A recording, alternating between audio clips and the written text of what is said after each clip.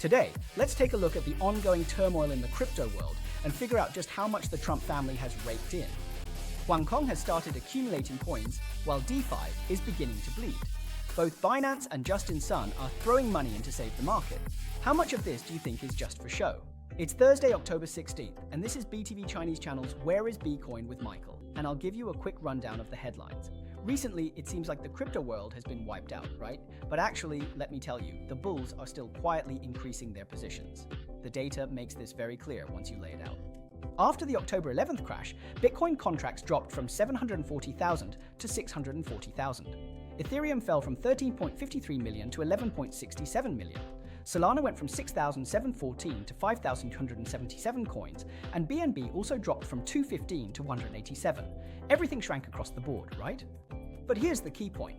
As I mentioned yesterday, the funding rate is still in positive territory, and today it's even rebounded a bit. What does that mean? Even though the market just took a slap in the face, confidence hasn't collapsed. The bulls not only haven't run away, they're still desperately putting in money to keep their positions alive, and some are even taking the opportunity to buy the dip. So in the short term, emotions will still be stirred up by the US fiscal turmoil and tariff news. But looking at the overall trend, you need to understand that this is just a deep breath. In plain terms, it's not a crash, it's just catching its breath. The main bullish wave for Bitcoin isn't over. It hasn't even started yet. It's just taking a break for now. As long as the bulls are still in the game and the funding rate remains positive, there's simply no such thing as a collapse in market confidence. Now, let's look at a scoop from Decrypt, which says that Donald Trump Jr. has a company called Sums Up Media. What are they preparing to do?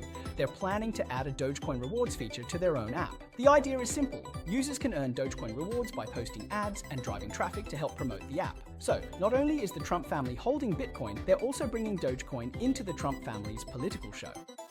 At the same time, let's take a look at Bitcoin, which hasn't been behaving itself either. The latest on-chain data shows that miners' revenues have dropped by at least another 10%. However, the amount of Bitcoin held by miners has climbed back up to a new high. Right now, miners are holding about 1.8 million Bitcoins. This indicates that they're not selling anymore. They've started hoarding coins. This is a signal. What does it mean? As long as miners aren't selling, as long as there are new moves, there will be new changes in the market. Miners are the group that understands the market and costs the best. Whenever they stop selling, in the short term, there is bound to be hope for a reversal in Bitcoin. Looking at the midterm, the confidence of the bulls is still recovering. The Trump family is about to hype Dogecoin, and miners have started hoarding coins. You could say this show is building momentum, one act after another, each move gathering more strength. The next market move could happen as soon as tomorrow.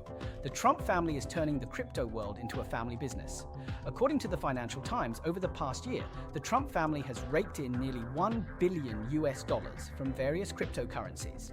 From Trump and Melania's two meme coins alone, they've made about $420 million. The Wi-Fi governance token brought in $550 million. What's the current market cap of USD1? $2.71 billion. So if Trump didn't embrace cryptocurrencies, where would all this wealth come from? This isn't just playing with coins, it's basically the political version of a wealth code. On the other hand though, the DeFi market has been a bit disappointing this week. From this perspective, 18.7 billion has evaporated in just 1 week. It dropped from 172.9 billion to 154.2 billion. Aave, Lido, and even Layer protocols are all experiencing pullbacks, so capital is deleveraging and avoiding risk. The market temperature is cooling down.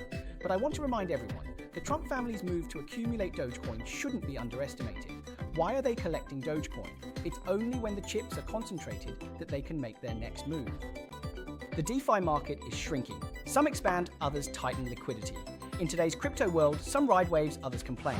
Please like this video and turn on notifications. We'll help you stay updated on trends in crypto, blockchain, and mining. You're welcome to become a member. We've organized benefits. We hope you claim a small cap coins wealth code Monday to Friday. Even if new, it's great to experience trading fun. But remember, profits and losses are your responsibility. Let's look at the news. At the White House, Trump was asked a question on the South Lawn. A reporter asked if a new trade war was starting again. Guess how Trump responded? He said, "We're right in the middle of this trade war." The meaning was very clear. The trade war hasn't ended. It has always been one of his levers. The statement means that this time, the US is determined to apply unilateral pressure. Starting November 1st, the US plans to double tariffs on Chinese imports, using the excuse that China's rare earth supply is insufficient and has been restricted.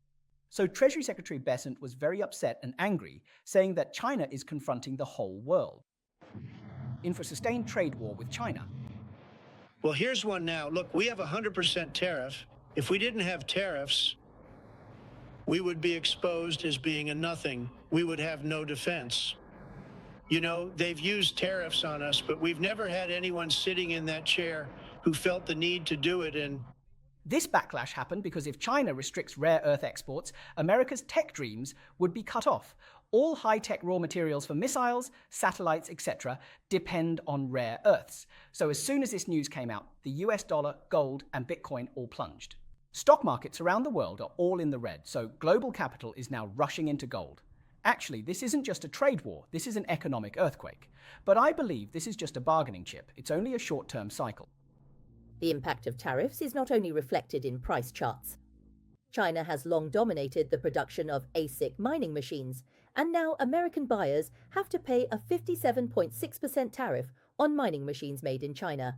Even if they switch to importing from Indonesia, Malaysia, or Thailand, they still face about a 21.6% tax burden.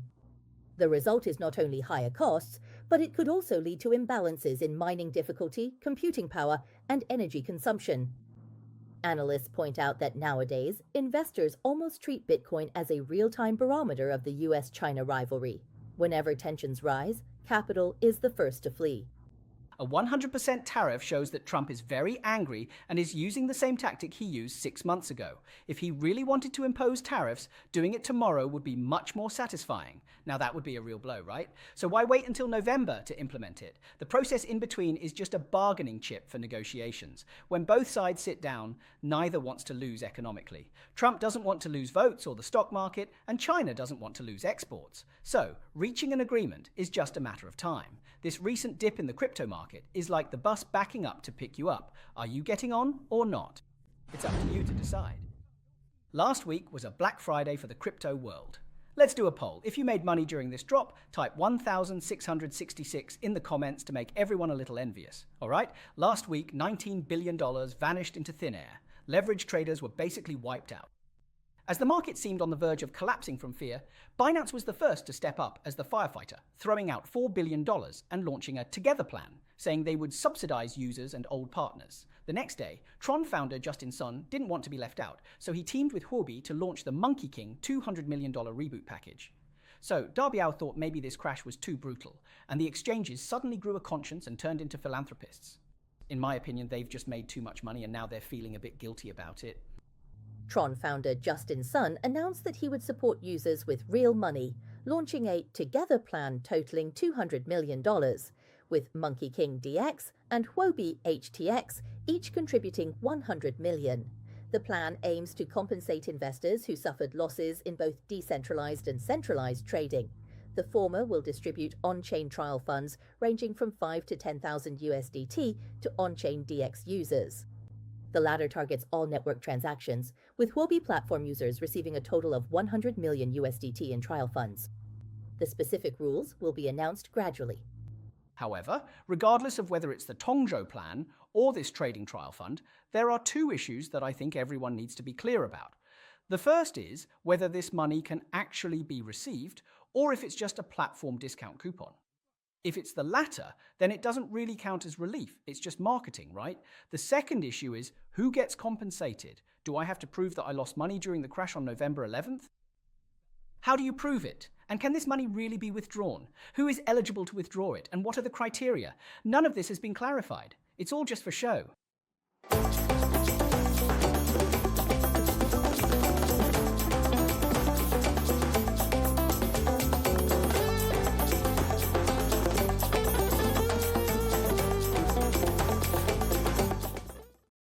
While everyone else is speculating in coins, Ripple is building systems.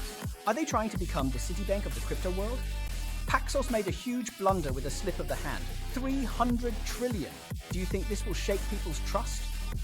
I remember the first time I bought Ripple's token was probably back in 2019, when the coin was just a few cents, like 0.0 something per unit. Of course, my understanding of Ripple back then wasn't deep enough, so I didn't hold on to it. Now, looking at the payment system Ripple is trying to build, it's safe to say they've become a powerhouse in both traditional and crypto infrastructure, absolutely top tier. Let me give you a few examples so you can see for yourself. In March, they just completed a trademark application and immediately started expanding globally. Last year, Ripple acquired a custody company called Standard Custody, and in October, they entered into a partnership in Bahrain. They integrated the RLUSD stablecoin and the custodian into the local banking system in Bahrain. In September, they secured a custody deal with a Spanish bank, and in August, they provided Ripple custody services for Korea's BDA. And last year, Ripple and HSBC discussed custody services for tokenized securities. So as you can see, while many so-called crypto settlement systems are still stuck on PowerPoint presentations and fundraising, Ripple has already started laying the groundwork globally. Recently, Ripple officially announced a partnership with a top South African bank. They will provide digital asset custody services for high net worth and institutional clients. ELSA is a heavyweight player in Africa's financial system. By the end of 2024, it managed assets worth 2.07 trillion South African rand, about $119.5 billion, with an annual net profit of approximately $6.34 billion. Ripple has been building bridges between traditional finance and decentralized finance. The world isn't going to be taken over by crypto. Instead, we think about how we can take the best of what crypto brings by facilitating faster, cheaper transactions and bringing that to traditional finance. In fact, Ripple has already established a complete ecosystem in Africa.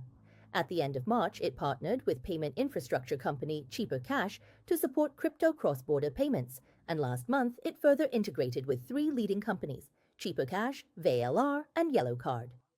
It introduced the RLUSD stablecoin to Africa, providing African financial institutions with a regulated on-chain payment channel.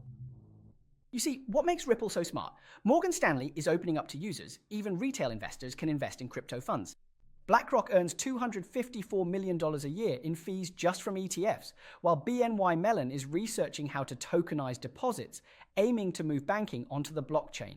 And Ripple? When all these banks and your well-known blockchains are figuring out how to use it, when you need to do international settlements, well, I am the infrastructure. I've already built a global financial service system, so when the time comes, you can just use me. So today, I checked Ripple's price, and on the daily chart, there's still some downward pressure. If it drops to around 2.3 or 2.1, it's not a bad idea to buy a little as a hedge. Let me ask everyone a question. What do you think is the most successful RWA project in the world? That's right, it's USDT and USDC. Have you noticed that only standardized financial assets, those with strong liquidity and strong consensus, are naturally suited for issuing RWAs? One digital asset corresponds to $1. Everyone can understand this liquidity. Everyone can recognize it. It can be traded. It can circulate. But if your digital asset is linked to 1 square centimeter of land in a certain region or 1 square centimeter of real estate in a certain place, doesn't this just sound like a bubble no matter how you look at it? I think this kind of RWA in another 4 or 5 years will probably end up a complete mess. So stablecoins are naturally suited for RWAs, but stablecoins are inherently centralized, and in a centralized world. Its biggest risk is human error. For example, Paxos accidentally made a trillion-level blunder last night and issued 300 trillion stablecoins by mistake. Oh my god. At 7:12 last night, stablecoin issuer Paxos went wild and minted 300 trillion PYUSD in one go. 22 minutes later, they urgently transferred it to an inaccessible wallet and destroyed it all. You have to realize this amount is nearly 100 times the total global crypto market cap of about $3.8 trillion, and even more than twice the total global GDP. Paxos hurried to clarify that it was just an internal technical error. There were no security breaches, user funds are completely safe, and the issue has been fixed. Still, a frightened Eve immediately froze the related transactions to prevent the risk from spreading. Well, from the very beginning, we built Paxos in a highly regulated way, and the whole point was that you could go from early adopter to mainstream, but that mainstream adoption would never happen unless you have the right types of protections in place, the right type of regulatory oversight. Stablecoin B is now everyone's payment method, right? Everyone is willing to hold on to it and use it like US dollars, but as long as it is still pegged to a currency issued by a national government or to gold. It's actually still some distance away from the true spirit of Web3. What does the crypto world really need? A payment system that is native to the blockchain, whose price is not supported by any real-world assets, and that has a consensus as strong as Bitcoin. Such a system could break free from the control of all centralized institutions in the real world. You can take a look at Dogecoin's white paper. Dogecoin issues 5 billion new coins every year, just like fiat currencies, with unlimited issuance. Anyone in the world can use it, and it operates with individual mining machines using a proof-of-work mechanism. Mining Dogecoin requires machines which have costs, and electricity also costs money, so Dogecoin will never go to zero.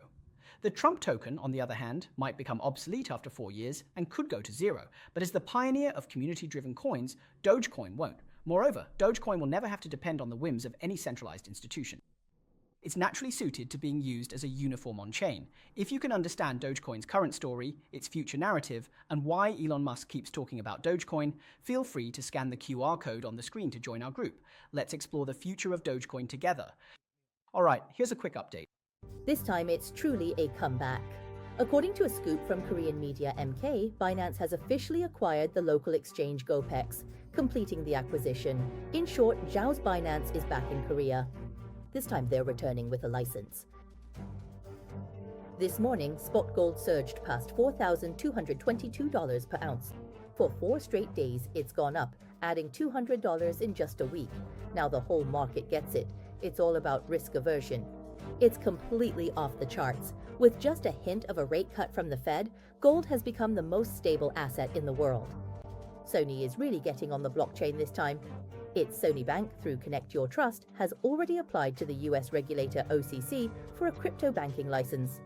From selling game consoles to serving crypto users, this Sony subsidiary is going all in.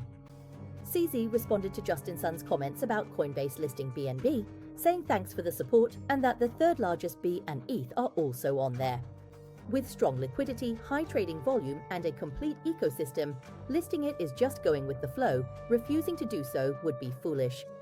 Not listing it isn't a technical issue, it's a matter of vision. Australia is really getting serious this time. The Minister of Home Affairs slammed the table and said that crypto ATMs aren't toys, they're high-risk bombs. 6 years ago, there were only 23 machines nationwide, but now there are over 2,000. Money laundering, scams, and even more outrageous things have all come under scrutiny.